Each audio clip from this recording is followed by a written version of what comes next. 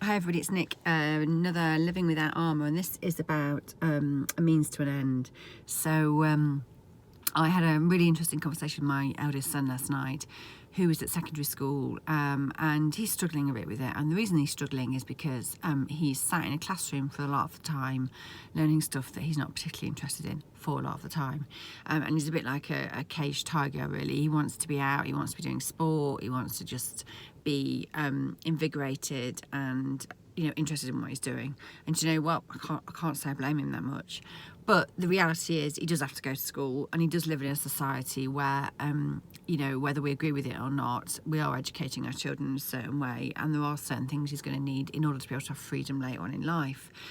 And I shared a few kind of insights with him yesterday, and something clicked for me, which is about it being a means to an end. And I talked to him about perspective, and I said, the fact of the matter is you are where you are, and in order to be able to do the stuff you want to do, so he's a mad sportsman, any sport, any kind of sport or physical activity, he is there.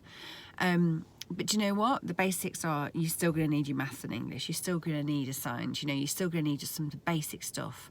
And once you get to 16, you've got some more freedom of choice about being able to focus more in on your area. But you're always going to have to do some stuff. You just need to suck it up, because actually it's a means to an end. And I shared the story with him, for me, of university. So, I've talked about this before. I'm a working class girl. I came from a council estate where it was actually really, really, really unusual to go to university. I was the first person in my family to go, and I think probably the only person off our estate to go. And I did 4 years at university. Very long story with some naughty bits in, not for today. And if I'm really honest, there were bits of joy, but generally in the main, I really disliked it. Okay, I liked the intellectual side of it. I liked learning, but actually I didn't enjoy university. And I didn't enjoy university because I was really poor. I didn't have any money at all. It was in the days of the grant, and the grants weren't that much, and my parents didn't have any real money to kind of top me up. I had to live, excuse the French, but I had to live in real shitholes.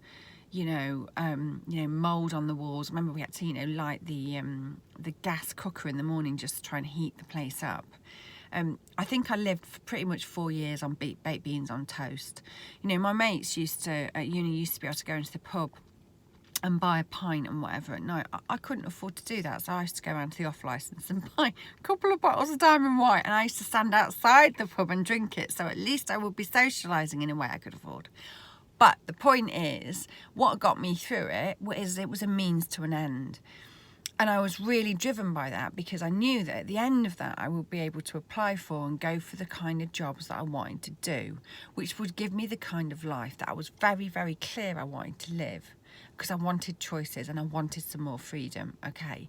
And what I was really trying to share with my son last night is, I know this...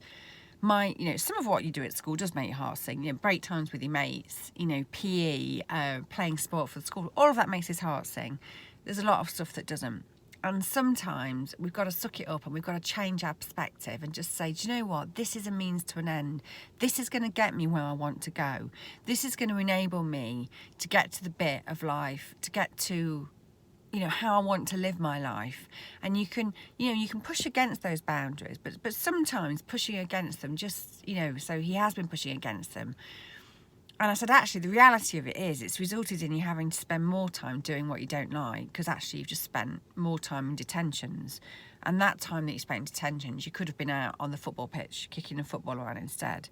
So it's probably just suck it up for 45 minutes in the lesson. Actually focus on the work, because it'll make the lesson go quicker. And don't get the detention, because then you can play football for longer. And that's what I wanted to share, really, is that, it's not always plain sailing. There are some things in life we have to suck up, but it's about perspective. It's not always seeing it as the end game. Sometimes it's just a means to an end. And if you look at it like that, I think it makes it a lot easier to get to where you want to go to. So I thought that I would share that, and I hope that stuff helped. Take care. Bye.